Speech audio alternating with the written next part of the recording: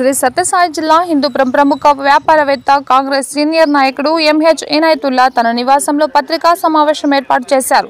ఈ సందర్భంగా ఇనాయతుల్లా మాట్లాడుతూ జాతీయ కాంగ్రెస్ పార్టీ 2014లో కష్టకాలంలో ఉన్నప్పుడు తాను ధైర్యం చేసి హిందూపురం అసెంబ్లీ అభ్యర్థిగా పోటీ చేశానని, రాష్ట్రంలో ఎక్కడ లేని విధంగా తనకు 8,000 పై చీలకు ఓట్లు వచ్చాయని, 2024 సార్వత్రిక ఎన్నికల్లో కాంగ్రెస్ పార్టీ తరపున హిందూపురం అసెంబ్లీ నియోజకవర్గంలో పోటీ చేసేందుకు తాను సిద్ధంగా ఉన్నానని, ఏఐసీసీ మెంబర్ ఎన్ రఘువీరారెడ్డితో సైతం నేను పోటీలో ఉండబోతున్నానని వివరించడం జరిగింది. రఘువీరారెడ్డి సైతం సానుకూలంగా స్పందించి సర్వేల ఆధారంగా టికెట్ ఇస్తామన్నారు. అనూహ్యంగా హిందూపురం అసెంబ్లీ అభ్యర్థి ఇతరులకు కేటాయించినట్లు వస్తున్న వార్తలను ఖండించారు. కాంగ్రెస్ పార్టీ కోసం తాను ఎంతో కష్టపడ్డానని, మైనారిటీ సోదరులు, హిందూ సోదరులు తనను కాంగ్రెస్ పార్టీలోనే ఉండాలని చెప్పడం జరిగిందన్నారు. కాంగ్రెస్ పార్టీ పెద్దలు మరొకసారి ఆలోచించి సర్వేల ఆధారంగా తనకు సీటు కేటాయించాలని డిమాండ్ చేశారు. కాంగ్రెస్ పార్టీ తనకు సీటు కేటాయించని పక్షంలో మైనారిటీ పెద్దలతో, హిందూ మతస్థులతో సమావేశమయ్యాక తన తదుపరి రాజకీయ కార్యాచరణ ప్రకటిస్తామన్నారు.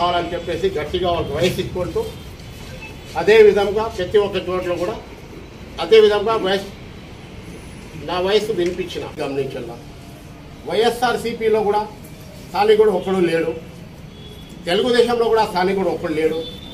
ఇప్పుడు కాంగ్రెస్లో స్థానికులే కాదని లేదు నేను, బట్ వాళ్ళకి ఏం అర్హతలు ఉన్నాయో నాకైతే కాంగ్రెస్ పార్టీ పెద్దలకే తెలియాలా. నాకైతే అర్థం కాని పని. వాళ్ళు ఆ రోజు అప్లికేషన్ ఫిలప్ చేసినప్పుడు ఏమన్నారు, మీరు అప్లికేషన్ ఫిలప్ చేసుకోండి, మీ సర్వే ప్రకారంగా మీ ప్రాధాన్యత ఇస్తాము అన్నారు.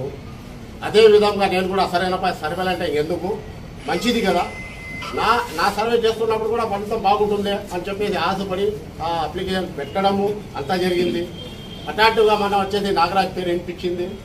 ఇంకా ఎంపీ లేదు, ఎవరిది ఎంపీ లేదు, ఇంకా ఏమేమి జరుగుతుంది ఇంకా తెలీదు. బట్ ఇప్పుడు ఎందుకు ఇది సమావేశం ఏర్పాటు చేస్తున్నానంటే ఒక 2 మాటలు చెప్పేది. ఏమి,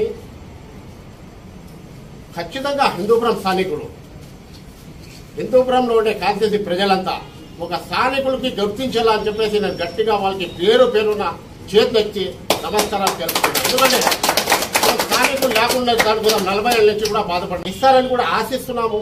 ఎందుకంటే అట్లా నేషనల్ పార్టీ అది అషామషా పని కాదు.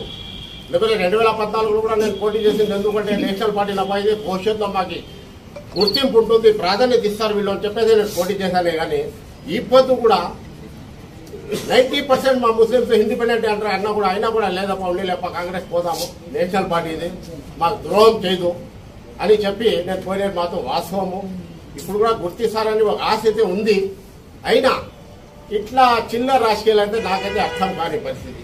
ఎందుకంటే రఘువీరారెడ్డి కలిపన్నారు, కలిశాను, కలిసిన తర్వాత ఇంతే నాగరాజ్ పేరు తెచ్చి పెట్టడము, ఇంకో పేరు తెచ్చి పెట్టడం నాకైతే అర్థం కాలేదు.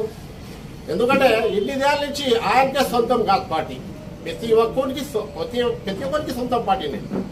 ఆయన నేనేం చెప్తే అదే జరుగుతుంది అనే ఒక దీంతో ఉన్నాడు. కాబట్టి ఇది మంచి పద్ధతి కాదు.